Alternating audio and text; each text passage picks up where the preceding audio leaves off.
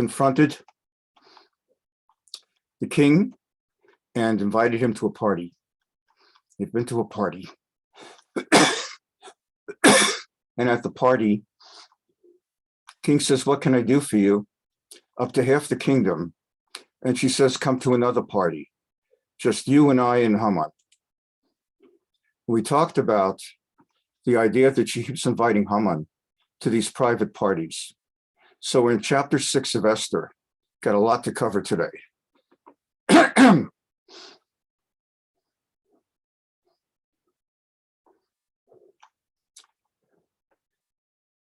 The king can't sleep.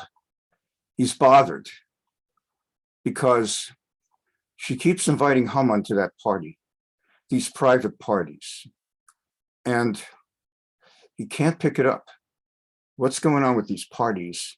Why does she keep inviting him? Does she have something private going on with Haman? Are they going to kill me and take over the throne? He can't sleep. This is where we left off. It was the third day. That means it was Pesach. And it was because we said that it was the 13th of Nisan that Haman did his lottery. We said that in chapter 3, just refreshing our memories. So in chapter 3, and focus on this as well, because I'm going to make a point of it as we come up later in the text. In chapter 3, it said, Mordechai, Ein Mordechai Korea umishtachave. He wouldn't bow down. He wouldn't kneel or bow. To kneel is like to curtsy, bend your knees. To bow, prostrate, is like an Arab. When you see those images of Arabs in their mosques, where you put yourself completely, as you all know, after about 10 minutes of my talking, I'm pretty clear for the rest of the way. It's when you prostrate like in a mosque, your complete body on the floor. So he won't prostrate, he won't even bow. But you know what he will do? If he's seated, Mordechai, if he's seated at the gate and Haman passes by, he will stand. Just file that in the back of your mind. He will not kneel or bow, but he will stand, just as if you were seated as a journalist at the president's press conference and the president walks in, you stand out of respect. If you're seated in the yeshiva and the Rosh Yeshiva, the main rabbi, walks in, you stand out of respect. So Mordechai did stand for Haman. File that in the back of your mind. Back in chapter 3. Nevertheless, he won't kneel or bow, so Haman wants him dead and all the Jews dead. And then it says, Nisan. Nisan is the month of Passover. On the 13th, in the first month, in the 12th year, that's when he cast the lottery. So we've learned already that he did the lottery on Nisan, the 13th of Nisan, just before Pesach, because it says, Vayikoru Sofrei HaMelech b'chodesh Rishon. It was on the 13th day of the first month, that's Nisan, Bishlosha Asar Yom Bo, on the 13th day. And Pesach is the 15th of Nisan. So the lottery, he did it on the 13th of Nisan, 2 days before Pesach, and it came out that in 11 months, on the 13th of Adar, I'm going to kill all the Jews. And he's going to lahashmid, laharog, uli abed. Shmad, hashmada means destroy. Lahashmid is to destroy. Harog is to kill. When you kill a lot of people at one time, that's to massacre. La'abed is to exterminate. In Hebrew, The word avod with an aleph means to lose. You lose an item. Is la'abed. In other words, it's gone and can't be found again. He will, correct translation, destroy, massacre, and exterminate all the Jews, mina'ar v'yad zaken, from a child, from a youth, to an elderly person. What's younger than youth? Babies, tough babies. And by the way, nashim, women. He will utterly exterminate the Jewish people. That's Hitler, huh? That's Haman. All the Jews, young and old, children and women, on a single day.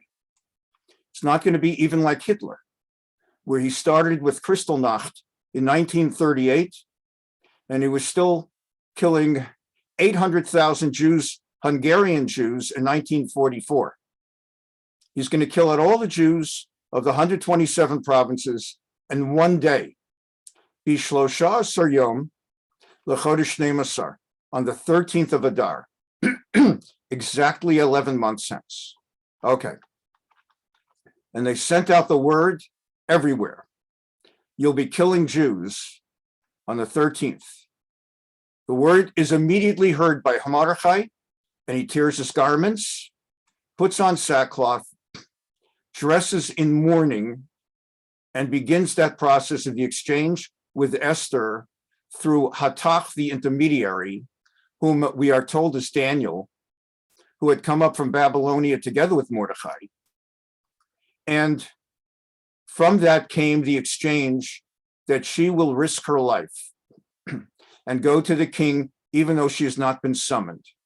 He better extend his scepter, otherwise she will be killed on the spot. And we saw a wonderful depiction from the movie of that imagery. So now she survived, and the king says, "What do you want?" And she says, "Please come join me at a party. Just myself and you and Haman." And that's the third day. So it was on the 13th, the lottery, 13th, 14th, and 15th. It's Pesach, or it's the 16th. It's either the day of the lottery, or more probably starting from the day after, that they didn't get the news till the day after. So on the second day of Pesach, that's the first drinking party. That's one of the reasons it's a drinking party, so there's no chametz. Also, they're dealing with goyim. So it's the second day.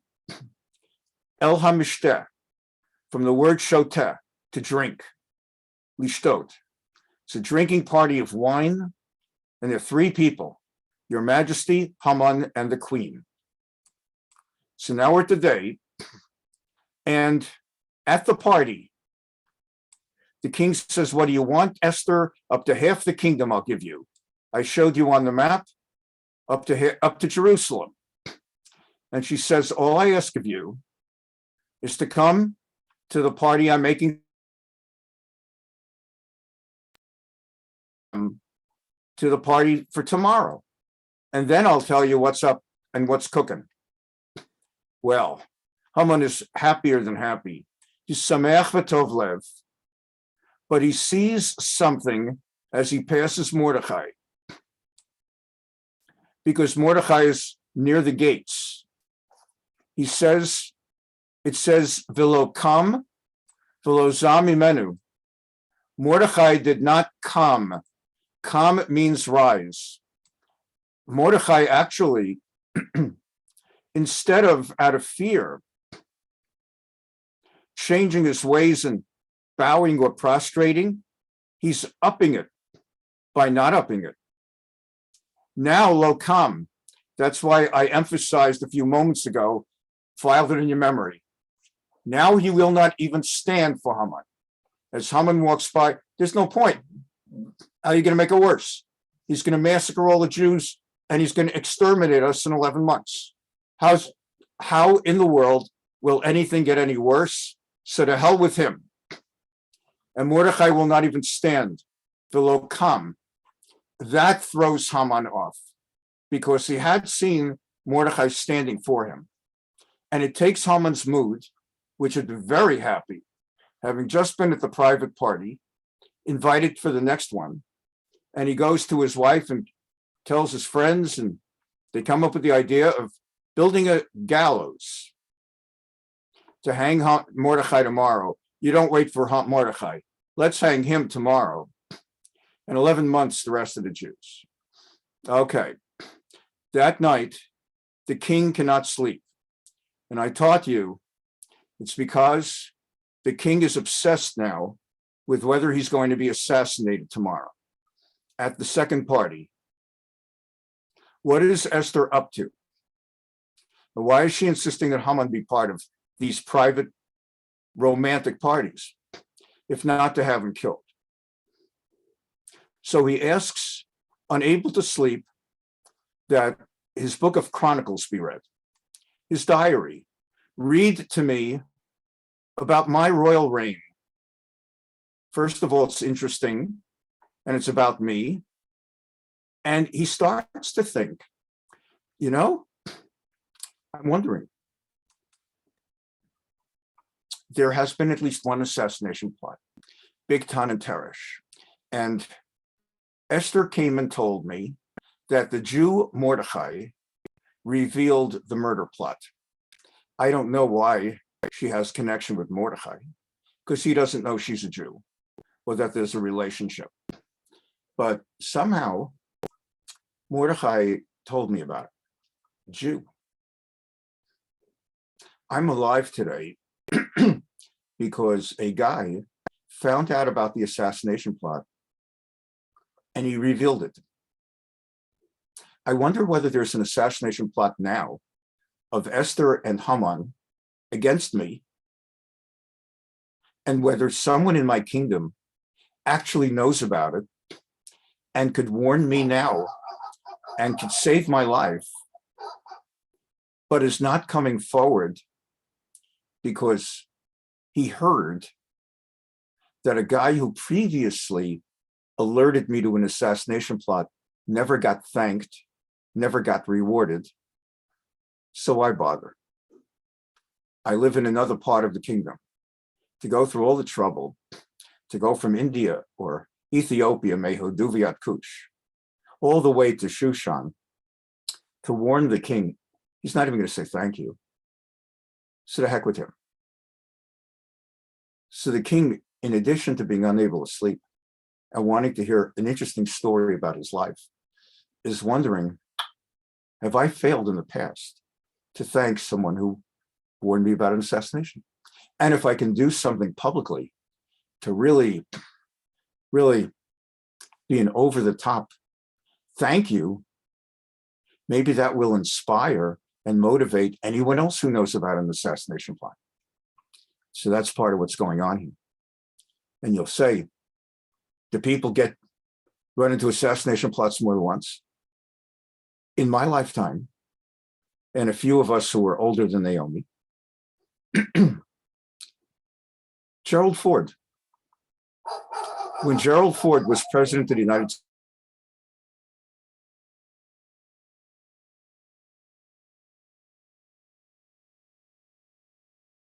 and she missed, and she got arrested. I think she's still in prison. Part of the Manson. And then a few months later, Gerald Ford did not get the memo, went back to San Francisco, and another lady, Sarah Jane Moore, tried to shoot him, and she missed. The joke about Gerald Ford was always that he was bumbling and stumbling and falling, so they may actually have been on target, and he may have just bumbled and stumbled out of the way of the bullet. But he had 2 assassination plots, both in San Francisco. It's like he didn't get the message. So these things happen. So they read the story, and he hears rustling in the courtyard. Who's there? Who's in the court? Turns out Haman is there to ask permission to hang Mordechai. They've already built the gallows, but you got to get the king's permission. You can't just go around killing people. And frankly, no one's really fully aware of it. But this guy, if he had hanged Mordechai, if he had hanged Mordechai, and it emerges that that's the guy who saved his life, that alone could have gotten Haman hanged. And you'll notice, by the way, when you hang people, past tense is hanged. When you hang laundry, past tense is hung. I hung my shirt, I hanged the executed person. So who's in the courtyard? And we learned it was Haman. King said, let him in. And the king came up with a strategy. I'm going to test whether Haman is trying to kill me. And at the same time, I want to figure out how to thank the guy who saved my life. I will ask Haman, without revealing whom I have in mind. I'm going to ask him, what would you do to thank the greatest person that you love most in the kingdom? Haman will think I'm talking about him. He'll come up with something. If he says money, if he says buy me a subscription to, buy me season tickets to the Yankees or the San Francisco Giants, then all right, let me hear what he comes up with, thinking I'm giving it to him. On the other hand, whatever it is, we'll do it, and that will show the kingdom I really reward very nicely anybody who saves my life. So we continue. Okay. Haman says in his heart, who in the kingdom would the king want to be gracious to more than me? So he says, well, here's what I suggest. O kingi, the guy whom the king really, really wants to reward, you'll dress him up in levush malchut, publicly dress him in the king's own robes. I'm not saying that you shouldn't wear robes either, the robes that you wore yesterday.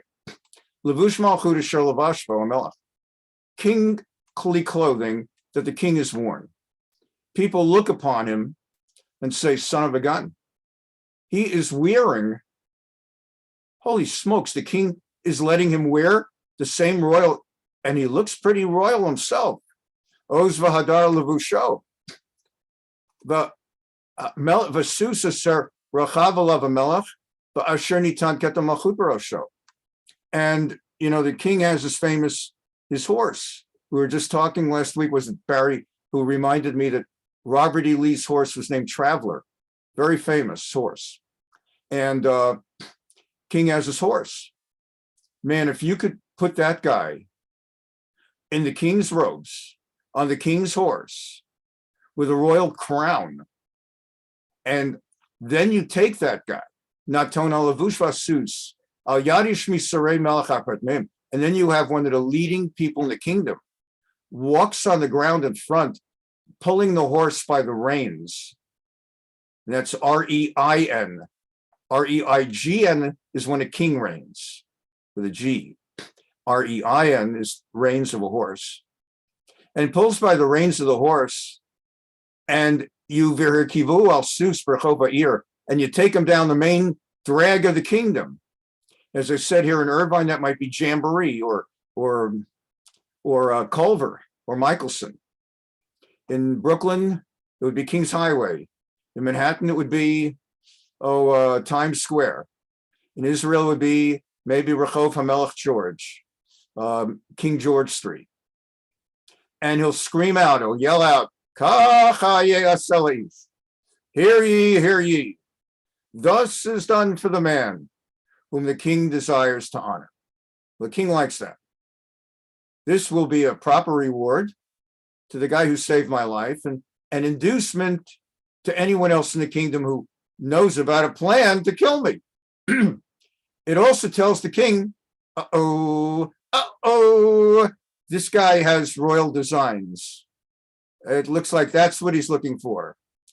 I wouldn't have minded giving him a season pass to the Sacramento Kings, but I don't like this. So the king says, first of all, let's do it right away. Kachet levush v'rasus. Go to wardrobe and get those garments, and get the horse, and do it for Mordechai the Jew. And what did you say? You said that the most high-ranking person in my kingdom should lead the horse by its reins. Well, that's you. So you do it. And so Haman does it. Haman goes to wardrobe, to clothing. May I have the garments? May I have the robes and the horse? And now he dresses Mordechai. And he takes Mordechai by Arkivehu. He puts, from the word Rechev, he puts Mordechai, he helps Mordechai on the horse. And he leads him in the city by Akral Fanav. And he's the one yelling, Kach hayeh salish. Thus is done for the man whom the king wants to honor. Let's take a look at the Gemara. Again, you don't have to reveal your handsome and beautiful faces, but we encourage you, please, if at all inducible, to consider possibly revealing your faces. If you don't reveal your faces, we still love you, and we're glad you're here. But if you reveal your faces, it makes it more facey. Okay. I'm in the Talmud, the Gemara, Mesekhet Megillah, Tractate 15, Tractate Megillah, page 15a. The Gemara talks about Yom HaShlishi, on the third day that the queen gets the king to come to her party. And it says that she adorned herself to come to that party in Big Day Malchut. Beged is clothing, in royal garb. When it says royal garb, the Gemara says Mlamed Shelavah Shata Racha Kodesh, that when she garbed herself, the Gemara says it goes without saying she would not have appeared before the king in anything less than queenly garments.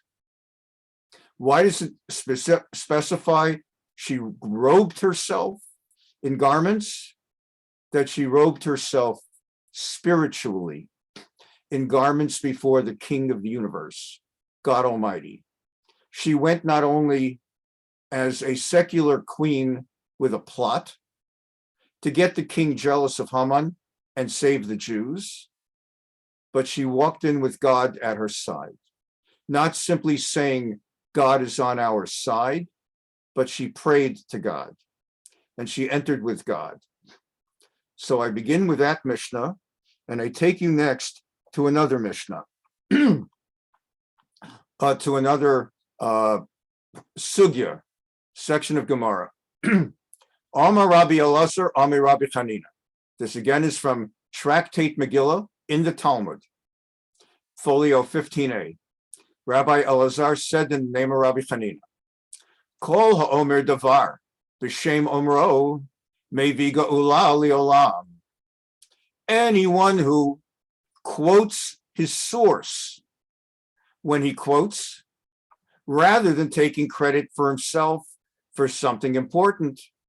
But if you're saying something and you're quoting someone, you should, it is a halakha, Jewish law, you must tell people whom you are quoting.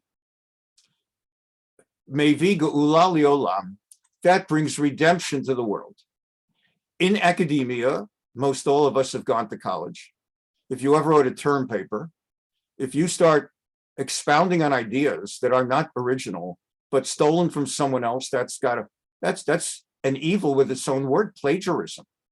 So even secular academia, they'll throw you out or suspend you for plagiarism. Once, maybe suspension, twice, expulsion. But beyond that, Jewish law. And how do we know that it's a commandment in Jewish law that you need to cite your source? Shne'emar, as it says, Vatomer Esther Lamelech b'shem Mordechai.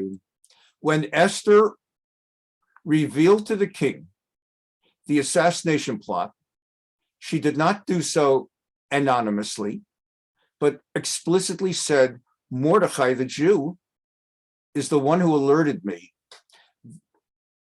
Mordechai learned of the plot, told it to Esther, and then Vatomer Esther Lamelech b'shem Mordechai. Esther reported it to the king in Mordechai's name.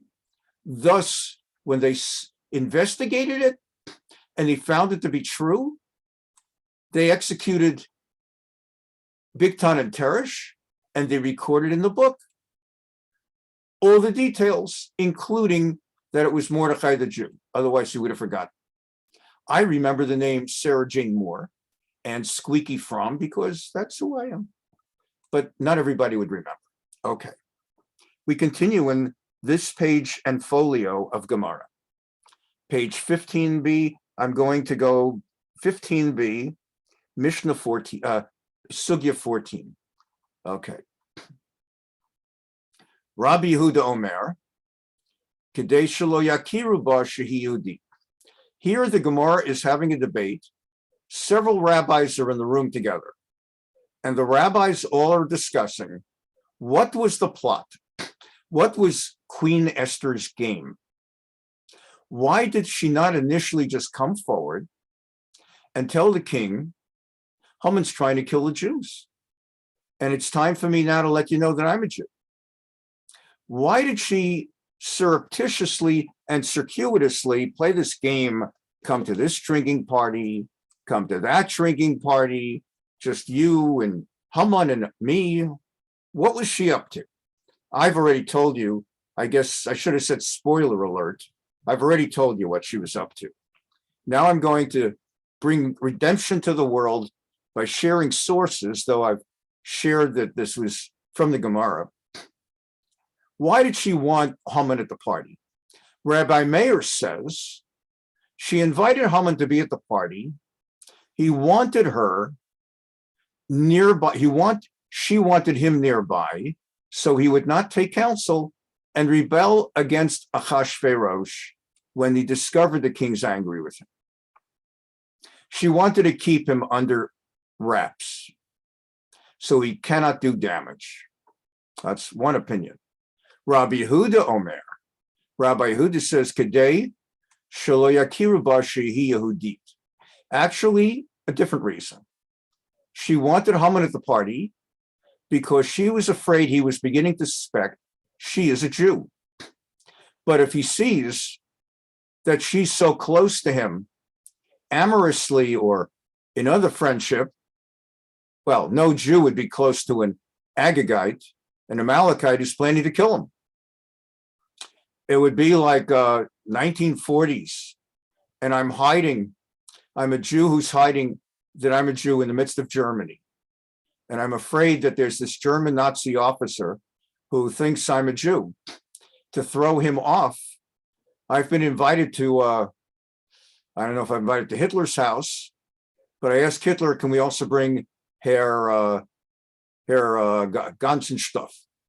So Herr Ganzenstoff, who is suspecting I'm a Jew, finds out Hitler invited me privately to a, and I asked, can we bring Herr Ganzenstoff with me? So it says to Herr Ganzenstoff, I'm clearly not anti-him, and I'm not anti-Nazi. So the suspicion of Rabbi Yehuda is, I think she invited Haman to these parties to prevent him from suspecting that she's a Jew. Rabbi Nechemia Omer. Rabbi Nechemia says, I think she invited Haman because the Jews of the kingdom started suspecting she's a Jew. You ever hear stuff like that? There were a lot of Jews during World War II who thought Roosevelt had Jewish blood. Nazis, they thought he's Rosenfeld. And there were a lot of Jews until the history really came out in the 1970s and 80s that Roosevelt was a vicious anti-Semite. From his private writings, it now is known he was a vicious anti-Semite. And that the United States Congress every year passes legislation allowing X number of immigrants into the United States. What you see on the southern border, whatever your politics is, that's people coming in illegally also. That's what all the politics is. And then it's up to you how you want to handle undocumented. We're not getting into the politics. But the United States every year has a immigration quota, and we allow a certain number of people from Mexico and Guatemala and El Salvador and Armenia and, well, wherever, France, England, where there's a quota. And if you get in within that quota and you fill all the papers and you document it and you go through whatever, you get in. And that's not where the politics and the controversy lies. Well, it turns out during the 5 years of the Holocaust, every single year, the quota was not filled. When you hear about the SS St. Louis of 1939, that had 937 Jews, that went on a ship from Hamburg, Germany to Cuba. I again recommend that movie so much, The Voyage of the Damned. And when they arrived in Cuba, they were not allowed in by the Havana government. And you can follow the movie. I'm giving you a little bit, but it is documented history that every Jew should know about. So I'm not giving away the ship. But when they turned around that ship, it was 90 miles from Florida. And they had to go past Florida to go back to Europe and Hitler. And Roosevelt easily had the numbers open to let them in. And they were met by American naval vessels, the Coast Guard. And they thought they were going to be accompanied to Florida. And instead, the Coast Guard signaled them with the Morse code or whatever, you are approaching American territorial waters, get out. We won't let you in American territorial waters. And the ship had to go back to Germany. Terrible anti-Semite. I had rabbis, they used the Talmud expression. You know the expression I always refer to Rebbe Ellen, Zichrono Livracha, of blessed memory. People on the other side of the aisle, the Gemara's expression is, may their bones rot. And that's how we refer to FDR. May his bones rot. He's responsible for thousands upon tens of thousands of Jews. He turned away, by the way, nobody knew they would be that famous. He turned away Otto Frank, the family of Anne Frank. The diary would have ended with her probably living today in California. Roosevelt turned away the Frank family. They specifically made an application. May his bones rot. Rabbi Nehemiah Omer Kadesh Shelo Yom Yisrael Achodesh Lanu B'Beit HaMelech. It was Rabbi Nehemiah's opinion that Jews of the time were beginning to think they have a friend in the palace and they're going to stop praying. She wanted the word to get out that she's allied with Haman. The reason she was having Haman invited to the parties was to indirectly send the word to the Jews, don't count on me. Don't have your minds think you don't have to pray to God because you got an insider. She wanted the Jews fasting and praying. So one opinion is to keep him out of trouble. Second opinion is to take away his suspicions that she's a Jew. Third opinion is don't expect or suspect that you have a friend in the palace, so keep praying to God. Rabbi Yossi Omer, a fourth opinion, she just wanted to know where he is. She wanted him under her sight because she's making a move now to save the Jews. And she doesn't want him out of her sight. And Rabbi Shimon ben Manasseh Omer, Ulay Yargisha Makom Yaselanes. He says, no, there's another thought. It's an expression of hishtadlut. Hishtadlut means God helps those who help themselves. God is not going to do miracles for Jews unless Jews take the initiative and try to do miracles for themselves. You won't see Jews freed from the Soviet Union in the 1970s until Jews start marching in the streets. Not only sitting around from 1917 to 1964, for 47 years of communism, there was not one single street protest on behalf of Soviet Jewry. 47 years. And there was no real action and mass protests until the 1970s. And that's when the Jews got out, 1 million. Got out of the Soviet Union, Russia, Ukraine, Latvia, Lithuania, Georgia. Only after Jews started doing things on our own, God then also made miracles. God helps those who help themselves. So her idea is, according to this Rabbi Shimon ben Manasseh, that she wanted God to intervene no other way to save the Jews. And that will happen only when Jews start doing something. Then there'll be a miracle. So let's review lots of possible reasons that she was creating this threesome. So it not be found out she was a Jew. Of course, he would see, he wouldn't suspect. So that the Jews should not say we have a sister in the king's house, and therefore we don't have to pray because we have an insider. Don't neglect your prayers. You better keep praying. Third opinion, he should always be around so she knows what he's up to. Fourth opinion, maybe God will see that we're taking our on our own hands, we're trying to do things, and he'll make a miracle. Rabbi Yoshua ben Karcha Omer, Asbir lo panim kadesh yahareg hu v'hi. This is an interesting opinion of Rabbi Yoshua ben Karcha. Rabbi Yoshua ben Karcha's opinion, he thinks the reason she did it was actually suicide. Not that she wanted to die, but she was ready to give her life to save the Jews. I'm asking that Haman be brought in. The king will become jealous, will suspect we have a murder plot to kill him, and the king will kill both of us. And to save his life, to save his kingly life, suspecting that Haman and I, Esther, are plotting his assassination, he will have the two of us killed. And that means I'll be dead. But I'll be like Samson, I'll be taking Haman with me, and I'll save the Jews. Rabbi Gamliel Omer, Melech Hafach V'chanhaya. Melech Hafaf, she sells seashells by the seashore. Peter Piper picked a peck of pickled peppers, peck and pickled peppers, Peter Piper picked.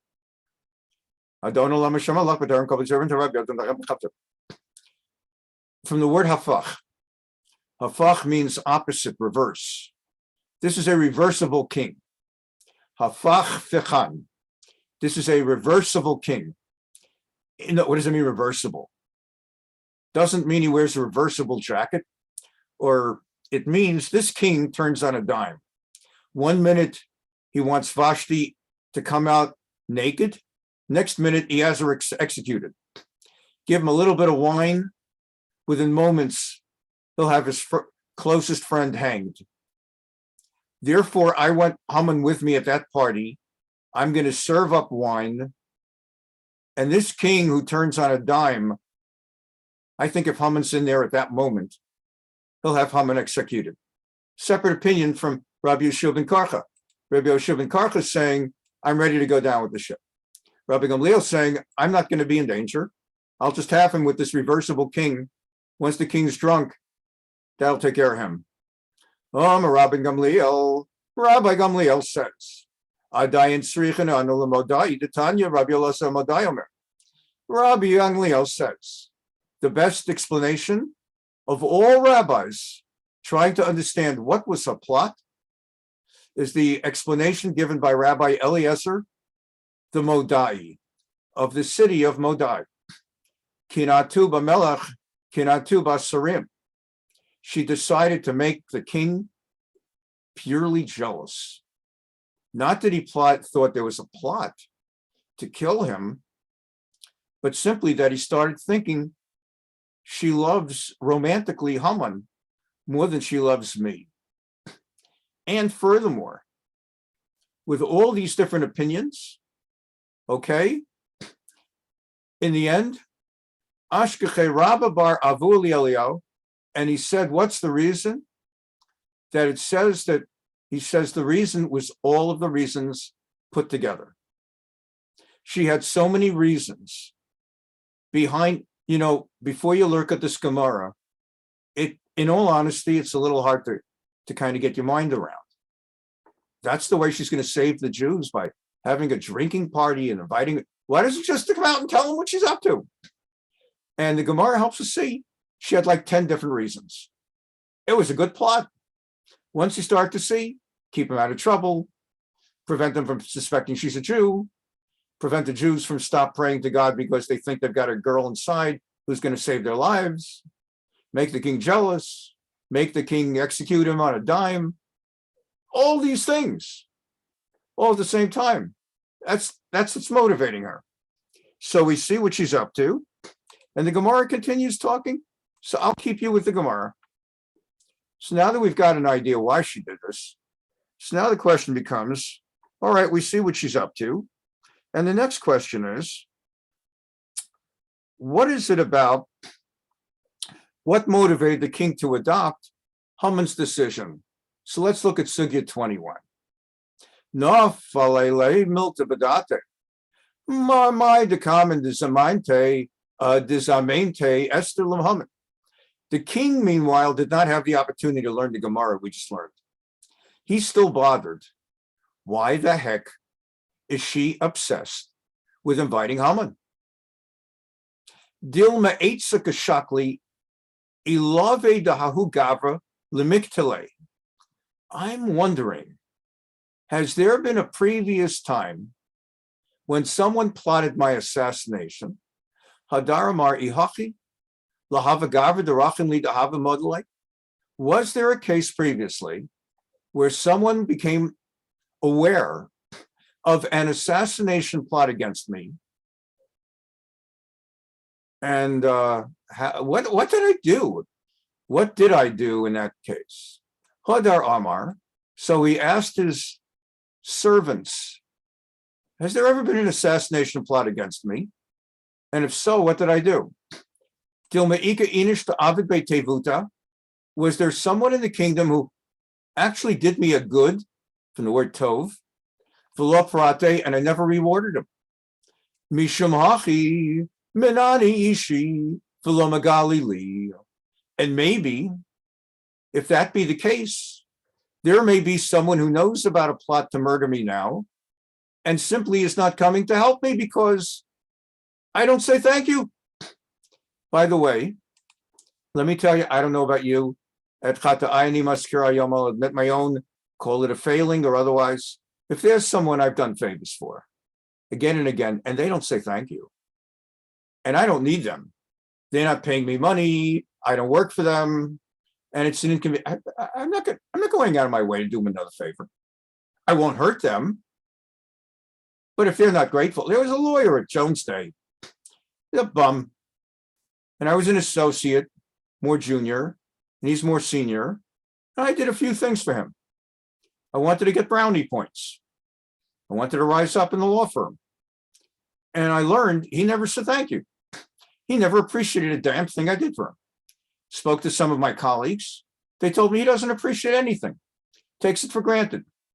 So I decided, I'm moving over to Aiken Gump. So anyway, he's not going to be there to help, but I'm a good guy. I'm a good guy. I like to help people. That's why I became a rabbi. I didn't become a rabbi to get rich. That was when I was a lawyer. I became a rabbi to help people. I decided, heck with him. I've helped him enough. He doesn't appreciate it. I'm going to be gone in 2 months anyway, as soon as we finalize the paperwork to move me over to Aiken Gump. Forget him. So that's I. Maybe that's you. Are you better than I am? Good for you. So the king is saying, I don't know, maybe I never said thank you. It's a big thing to say thank you, a public thank you. So he said, can you bring out my chronicles? Let me see what's doing. And now you'll read. And they started finding, you know what? There is a guy, and he did save your life, and you didn't say thank you. So you should always say thank you. That's a big, big thing. Lo na'asa imo davar. You never said thank you. All righty? So the king said, okay, bring in Haman. Let's see what to do. Go finds out. What do you do for the guy that I wanted? And here we go. Very interesting sugya comes next. This sugya is interesting. I'm not merely reviewing with you now what I taught in the first part of today's class, but I'm filling in some fascinating details that we get from the Gemara. And at the same time, I'm fulfilling my obligation halachically to show my sources, that it is not simply my own brilliance, but rather that I'm sharing with you from the Gemara. And to save just a few moments' time, because I have so much material I'm continuing to bring today that I want to get it in. So I won't first read Aramaic and then English, just trust me. The Gemara describes what occurred as Haman went to follow the king's orders, namely to bring Mordechai the clothing and the horse. So Haman said to him, stand up, put on these garments. Haman went to wardrobe, got the king's garments that the king had worn, was about to, because the king instructed him, was about to dress Mordechai in royal garb. And now that he's going to dress him in royal garb, let's make it a little bigger. Now that he's going to dress him in royal garb, and he's going to put him on the horse. Stand up, put on these garments, and ride on this horse, for the king wants you to do so. Mordechai said to him, I can't until I enter the bathhouse. In those days, there was no indoor plumbing. So for people who were conscious of their hygiene, you would see Jean in the morning and say, hi, Jean. So people conscious of their hygiene would go to like a Turkish bathhouse. And they'd go, and you've seen scenes of that. And maybe you've been in Israel. They actually have a Turkish bathhouse up in Sfat, up north. They have a few of them up north. So he says, I got to go to the bathhouse and I need to have a haircut. I can't just go and be in the king's clothing looking like a bum. It is not proper to conduct, is not proper conduct to wear the king's garments while I'm geschwitzt, I'm sweaty and dirty. And so what happened? Esther had closed all the bathhouses and all the barber shops. And so when there was no one else, when Haman saw there was no one else, he himself took Mordechai to the bathhouse and had to wash him. And he went and brought scissors and he had to trim his hair because the king had commanded Haman, go and do your idea to the one whose favor I find is the one who should be dressed in my clothing and royal garbs that I've worn and on my horse with its crown. And he should be led by the reins by the most important person, that's you. So Haman now has to minister to Mordechai. He's got to wash him. He's got to give him a haircut.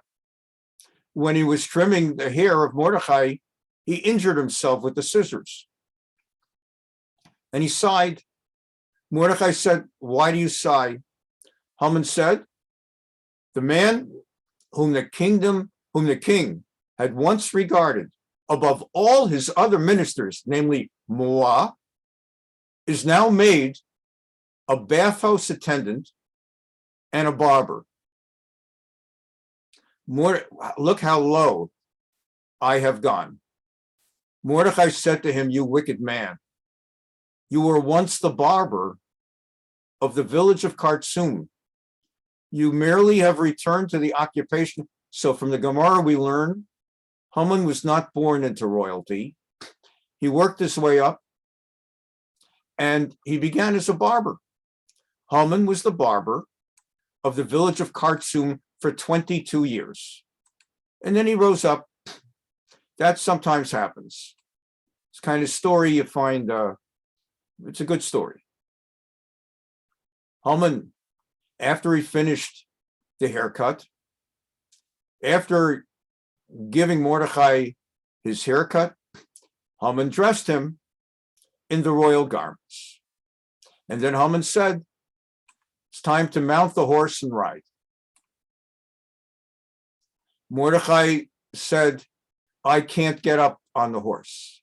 I need you to bend it down as a step so I can stand on your back, bent over, and get on the horse.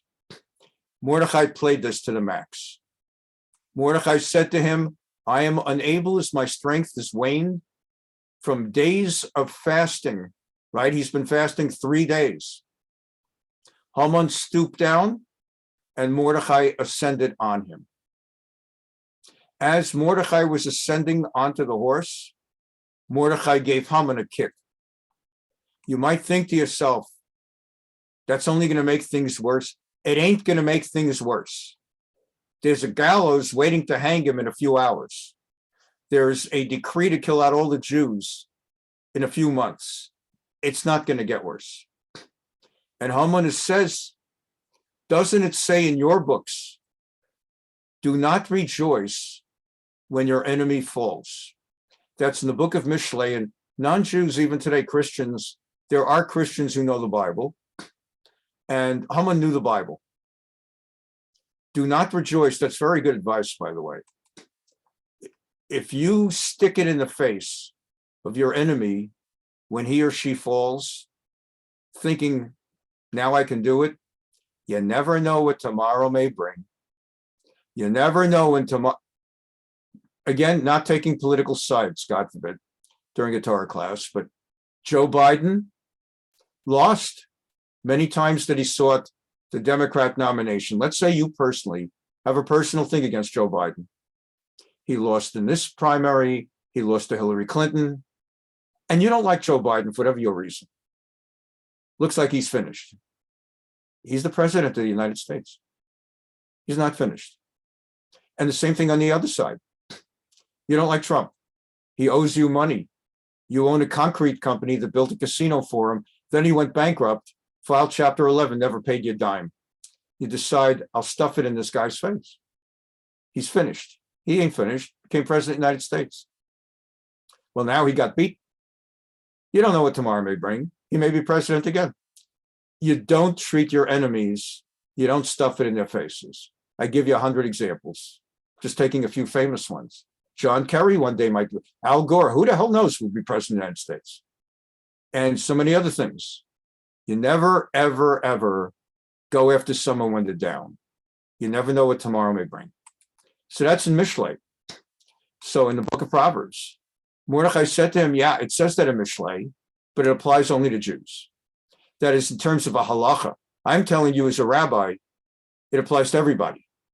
But in terms of a commandment, Jew in particular, when a Jew does you don't turn on a Jew when they're down, even if they deserve it. All right.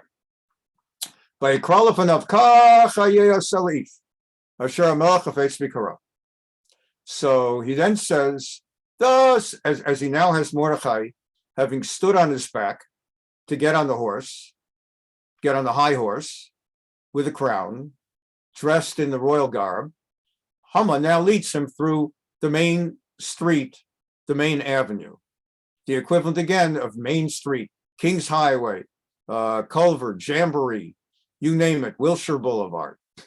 Okay. The verse says, he proclaimed before him, thus shall it be done for the man whom the king delights. As Haman was taking Mordechai down the street, that street happens to be, Haman lives on that street. Haman's household was on that street. I don't know whether you have ever had the experience of being on a balcony when a big parade passes by your home. I've had that experience at least twice. Once in New Orleans, just for a few moments.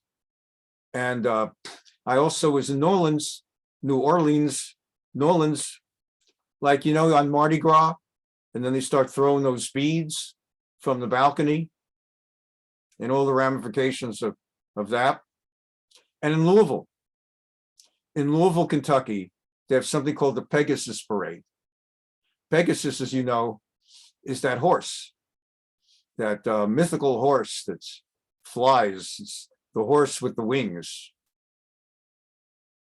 Well, the week of the Kentucky Derby, all of Louisville turns into the Kentucky Derby, a week of celebrations and people from all over the world. You cannot get a hotel room in Louisville the week of the Derby if you try a year in advance, maybe if you pay through your nose. I was in Louisville, that clerking for Judge Boggs. I mean, I saw that city. That city goes on to Kentucky Derby alert. That becomes, instead of breakfast cereal, you drink Maker's Mark mint juleps all week. and anybody who's anybody is at the Derby at Churchill Downs. And the women buy those crazy hats. And everybody and it happens to be that if you clerked for Judge Boggs, you worked in the federal courthouse. And it happens to be the federal courthouse is on the main drag. That's not a surprise, is it? I mean, the Santa Ana courthouse in Orange County is on the main drag in Santa Ana. It's not on a side street. So we all got to go on the balcony during the Pegasus Parade. So I actually have experienced being on a balcony as a big parade passes by. So Haman's daughter, fully grown, we're not talking about a 6-year-old girl. Haman's 30-year-old, 40-year-old, 50-year-old daughter is on the balcony, sees, oh, it's a parade. And she sees there's someone dressed like the king on the horse with a crown. And she infers that the guy on the horse must be her dad, the most important guy in the kingdom besides the king. And she sees there's some nebuch leading the horse by the reins, walking down the street, going, Kacha Ye'asaliv, thus is done for the man. And in her mind, that must be Mordechai the Jew, the lowly Jew who Dad mentioned he's going to hang later today. So she goes out with the understanding on the balcony. Dad is on the horse.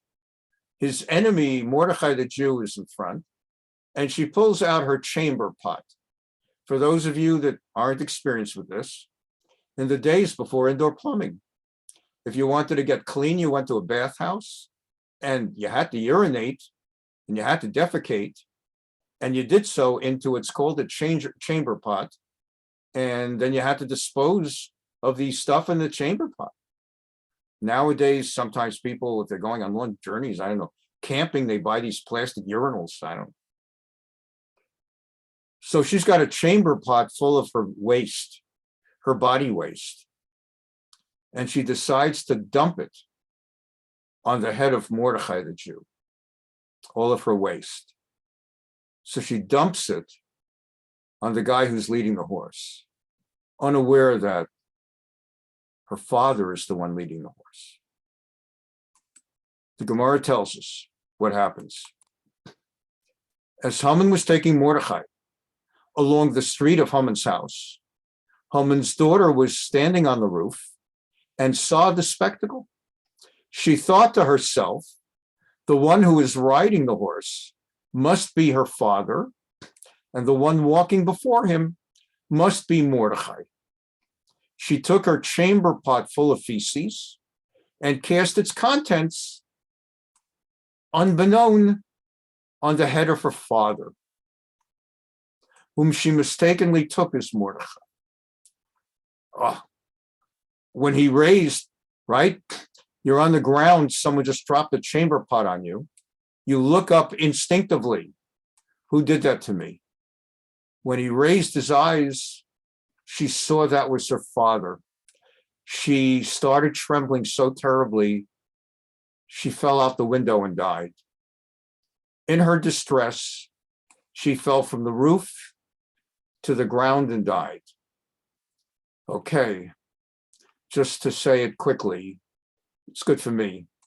Ki hava nokit v'azel b'shvila devei Haman.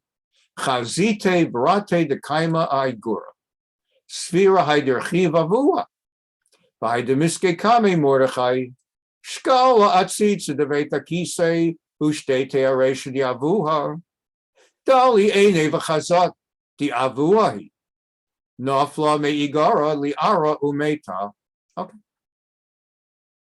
And thus it's going to say in a moment, when Haman got home from having led Mordechai on the horse, having taken him to the bathhouse, given him a haircut, bent over so that he could be a step for Mordechai to get on the horse. By the time Haman screamed and yelled and proclaimed the glory of Mordechai, By the time Haman was done with that day, it had started with so much promise, coming to the king with a request for permission to hang his arch enemy on that tree.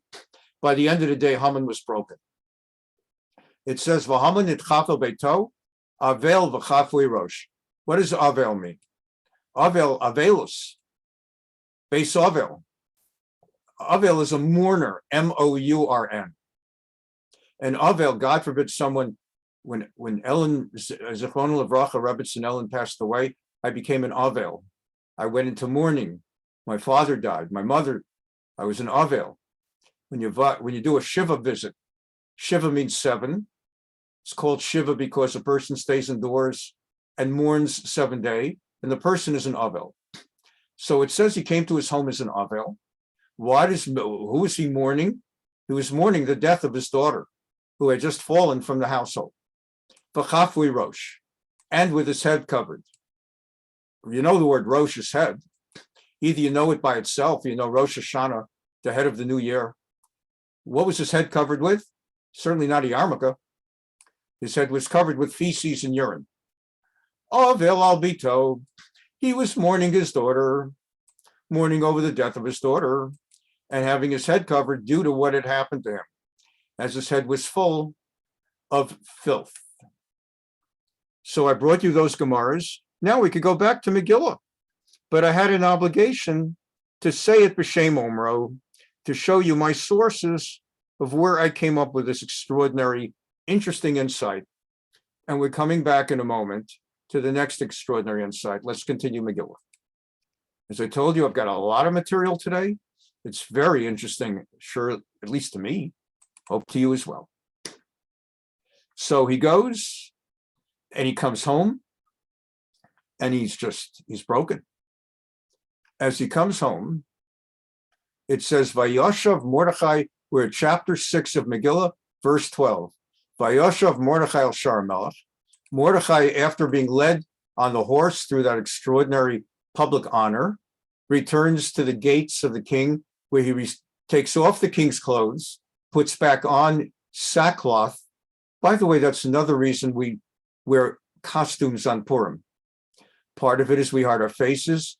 God hid his face in these miracles. They are not external, overt miracles like the splitting of the sea or the dropping of food from heaven. It's just a lot of things that just so happen converging one after the other. So partly God hid his face, partly Esther hid her identity for so long as a Jew, and partly Mordechai kept changing clothing from regular clothes to sackcloth, to the king's garments, to sackcloth, to regular clothes. All these are reasons we costume on Purim. Purim is before Halloween. Purim, we give gifts of food to our friends. Halloween, they costume and they take food. Halloween, the Christians were derived from Jews. They'd had a Jewish beautiful tradition of Purim. They wanted to make changes to create a new religion that wasn't a carbon copy. So they took it from March, moved it into October, mixed the devil and evil and witches and all kinds of evil things that Judaism would frown upon. And they Purimized the beautiful thing and they turned it into evil with trick-or-treating. Instead of going to give gifts of food to friends, knocking on the door, in the best of circumstances, cute little kids asking for candy and getting candy. In the worst of circumstances, egging people's homes and doing all kinds of really not nice things. City of Detroit burning down the city every year on Halloween. All right. Mordechai goes back to the gates. V'Haman nitchavel beito, and Haman goes back to his house, tachuf, in a rush, because he's got to get ready for the party. Avel, he's in mourning. Who's he mourning? Just found out. His daughter who fell off the roof, v'chafui rosh, and his head is filled with covering of feces and urine. How did that happen? We just learned about the chamber pot. And he tells everybody, people see him, they're shocked. You left this morning, you're the happiest guy in the kingdom. You were singing, whistle while I work, whistle while I work. You just came back now. What look at you. What is that smell on your head? What is, as he starts telling them, well, there was the thing, and Mordechai the Jew, and they say you're in trouble. You are in big trouble. If Mordechai, before whom you begun to fall, is of Jewish stock, you will not overcome him. You will fall before him to your ruin, and before Haman even has time to draw ramifications, the king's eunuchs arrive to bring him to the party. Chapter 7. And now they're at the party. Meanwhile, in the king's mind, there's a plot. Haman can't figure out what's going on. He knows he's on the bottom of the ladder with the king. Meanwhile, the king is still thinking in his mind, Haman and Esther may have a plot to kill me today. So now, it's the second day of wine drinking, which puts it at 16 or 17 Nisan. It's the second or third day of Pesach.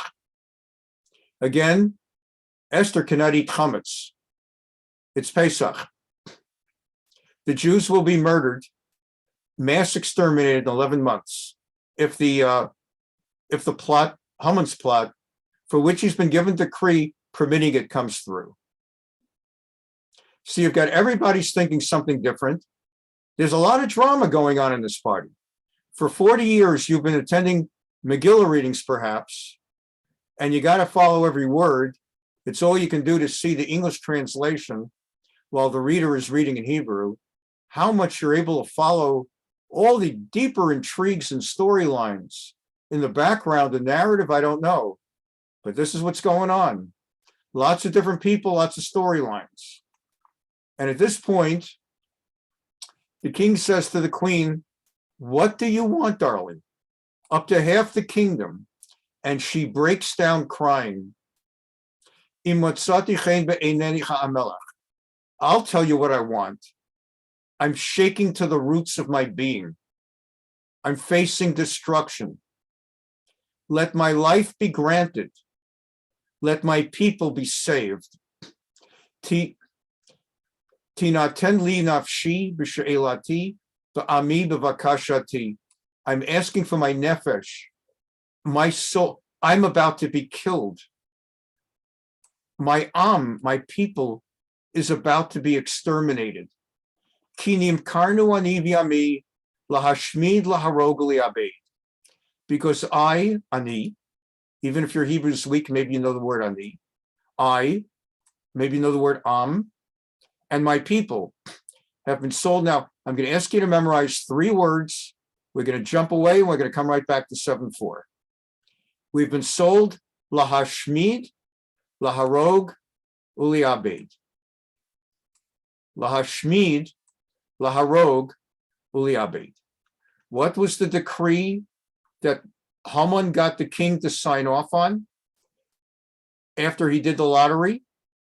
The decree was, let's find it here, lahashmid, laharog, uliabed. There's to massacre, destroy, massacre, and exterminate. The Jews have been sold, lahashmid, laharog, uliabed, to destroy, massacre, and exterminate all the Jews. So she's telling the king, if you don't know it, we have been sold to be destroyed, massacred, and exterminated. If we only were being sold into slavery, bondmen, avadim v'shvachot, ilu la'avadim v'shvachot nimkarna. If the decree merely were that we will lose our freedom and you're creating the slavery that the United States made of black people, whom we would take from Grenada for 300 years, 400 years, I wouldn't even complain. But we've been sold lahashmid, laharog, uliabed, to be destroyed, massacred, and exterminated. I wouldn't have complained if it were slavery, because I would not want to inconvenience the king. I just wouldn't be worth bothering you. But this is worse. And by the way, he's drunk now, a little bit. The king says, this is a very famous expression in all of modern day Hebrew too.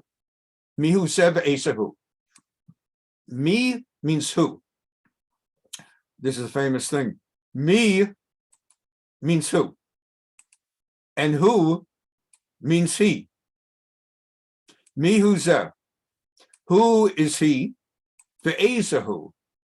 It means kind of the same thing. Who is he and what is he?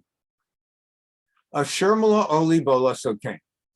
Who in the world, my darling Esther, would have undertaken to kill you and your people?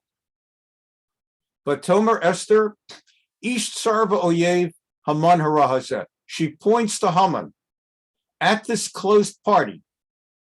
That's who. Haman's who. The Hamanivat. Haman's in shock. He had no, because each person's at this party thinking different things, completely unaware of other things. The king is thinking there's an assassination plot cooking. Esther is thinking, I got this whole thing, I think this is going to work.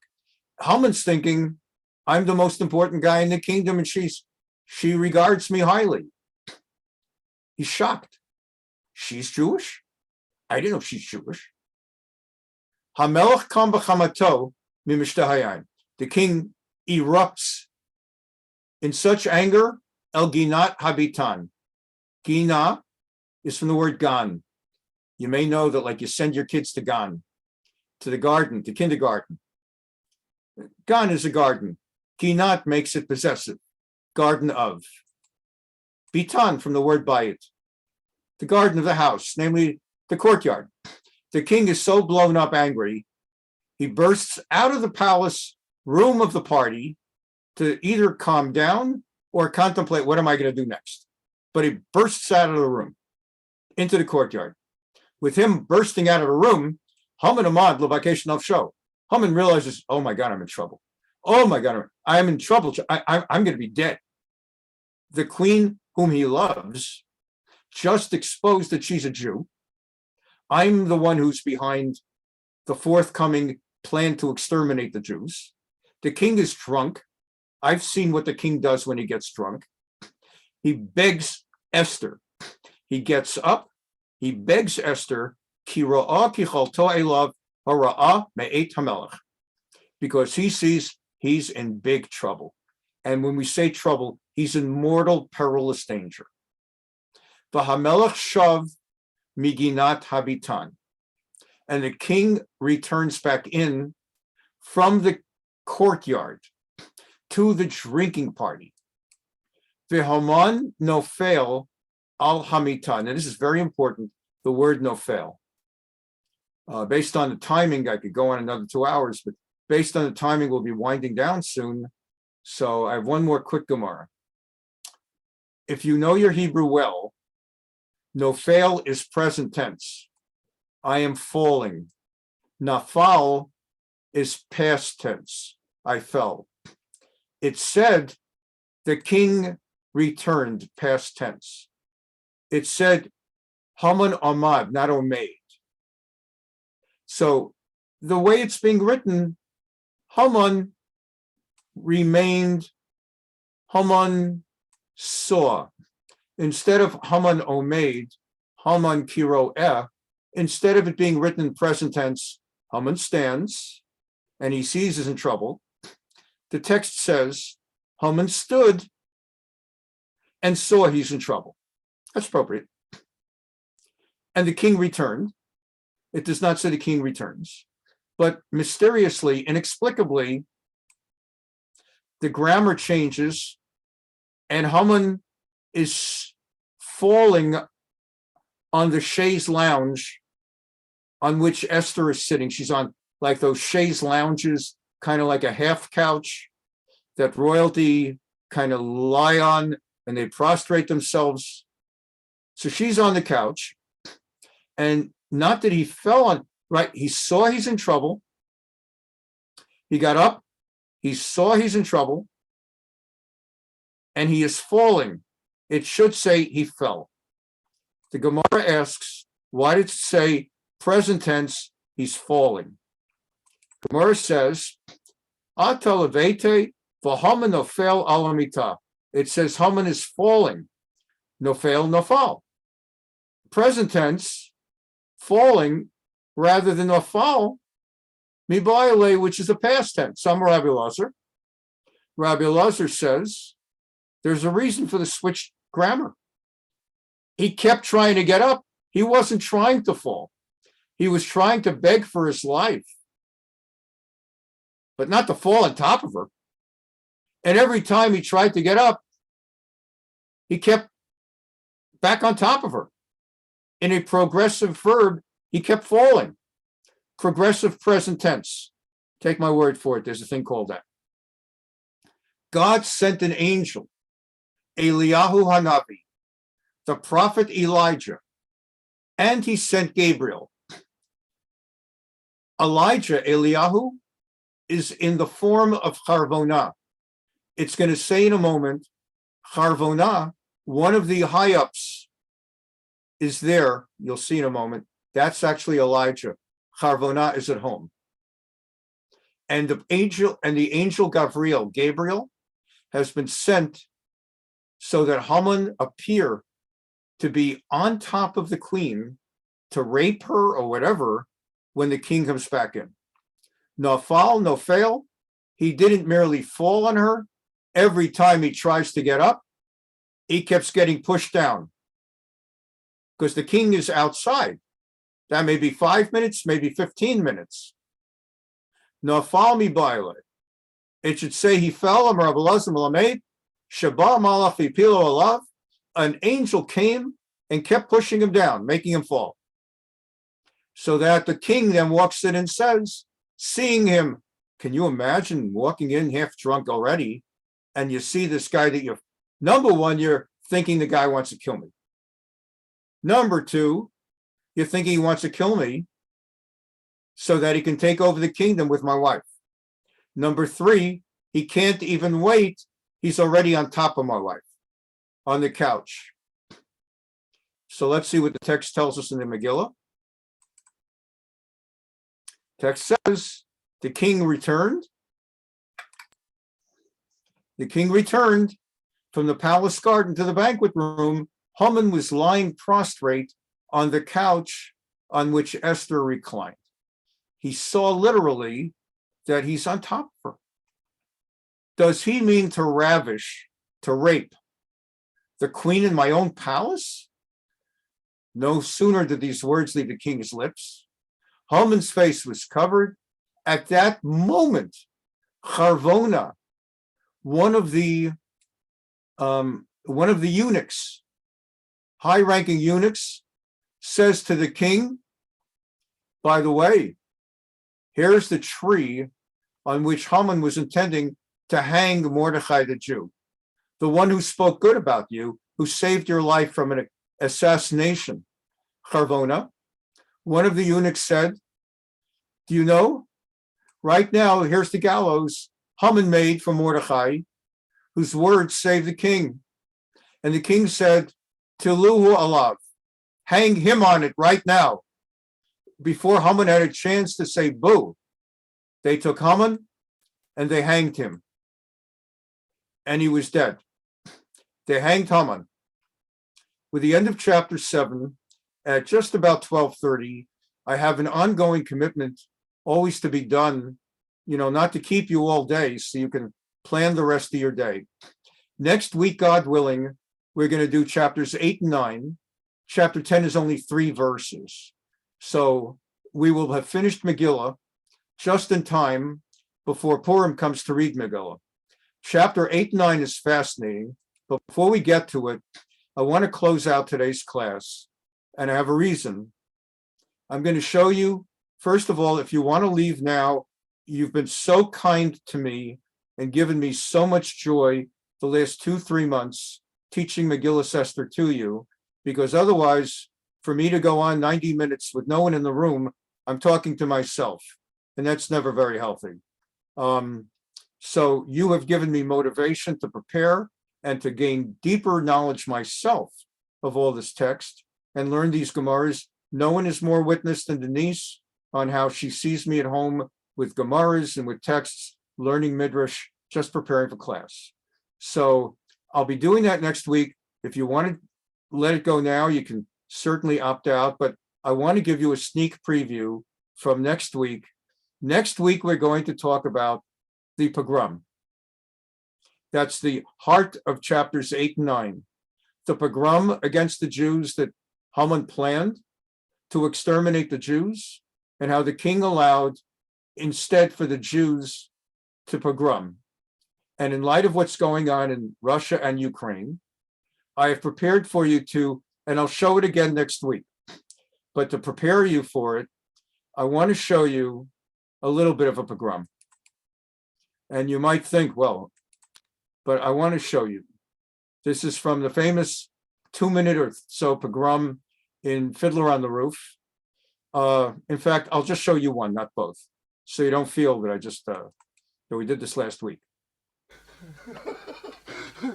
You will remember in Fiddler on the Roof that Tevye finds out his daughter is going to marry the rich butcher, Laser Wolf.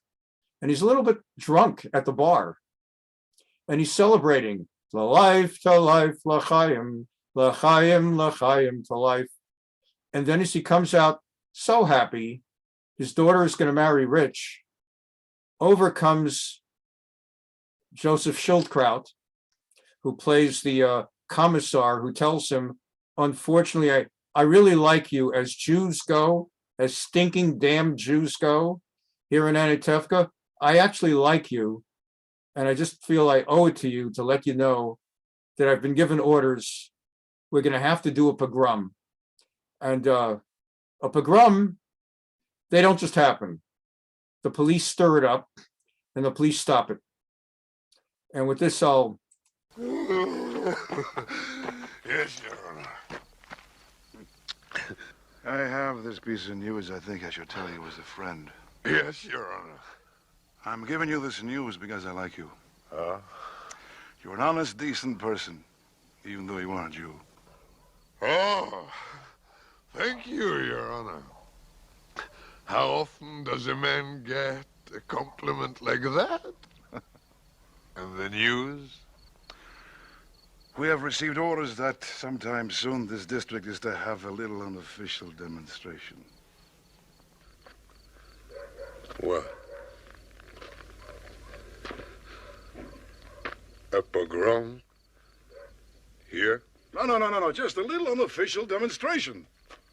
Little? How little? Not too serious, just some mischief, so that if an inspector comes through, he can see that we did our duty. Personally, I don't know why there has to be this trouble between people, but I thought I should tell you. Do you like these troublemakers, these Christ killers? Of course not. I just meant that things have been peaceful here. I have other villages to visit. If you don't want to follow orders, we shall get someone else who will. Oh, no, sir. I'll take care of it, of course.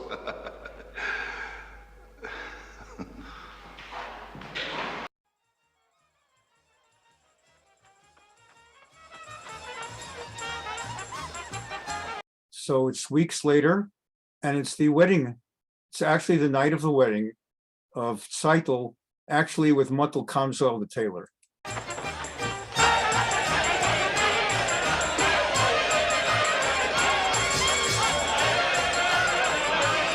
Recognized, by the way, Anatevka is in Ukraine.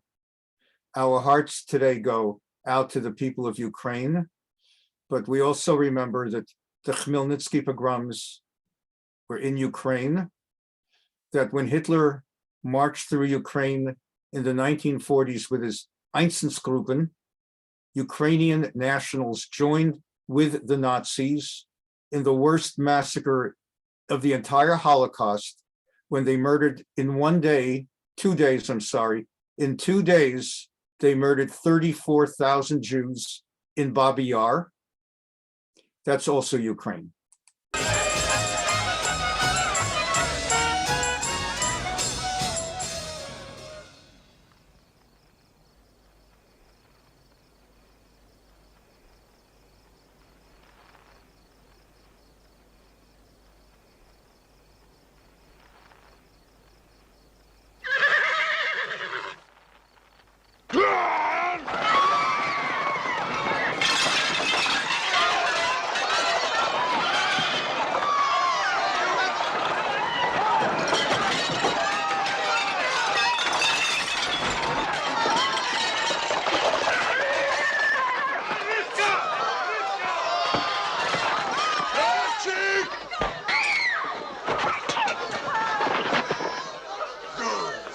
All right, enough!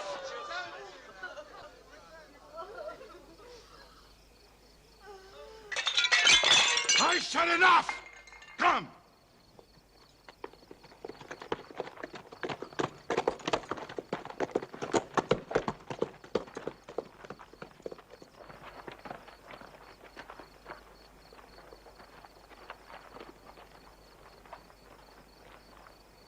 Orders are orders. Understand?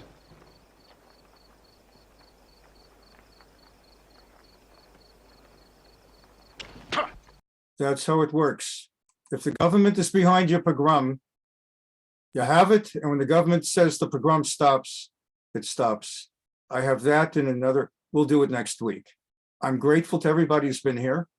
First, I stopped the recording, and if anybody